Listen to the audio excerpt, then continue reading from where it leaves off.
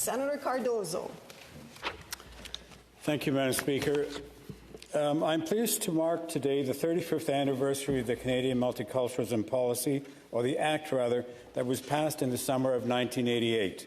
And to do that, here is a quick overview of the multiculturalism policy in Canada in 3 minutes.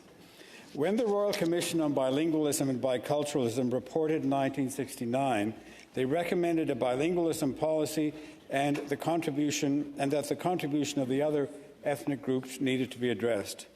It is worth noting that Senator Paul Yuzik was one of the first, most prominent voices to use the term multiculturalism in his maiden speech in this chamber in 1964.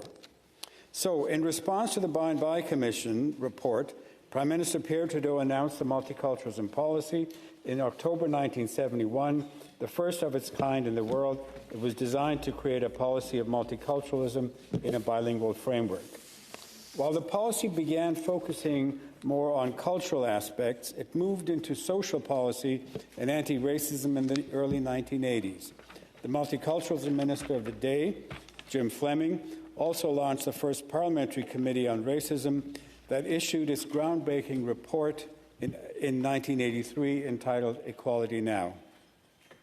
In 1982, the multiculturalism was recognized in Section 27 of the Canadian Charter of Rights and Freedoms, supported, of course, by all provinces.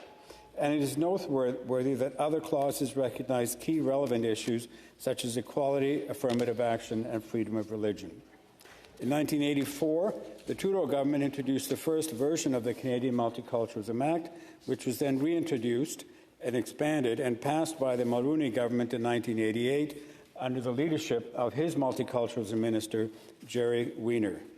It passed unanimously in both houses, in the Commons and the Senate, in July of 1988. Just a note here that Parliament does have the ability to sit in July when necessary, as we approach July.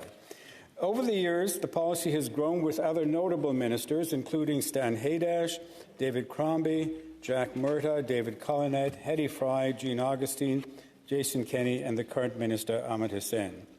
This policy has enjoyed wide support and yet has gained criticism in certain quarters as it seeks to advance policies that are described in various ways, be that respectful, traditional, uniting, divisive, woke, or really Canadian.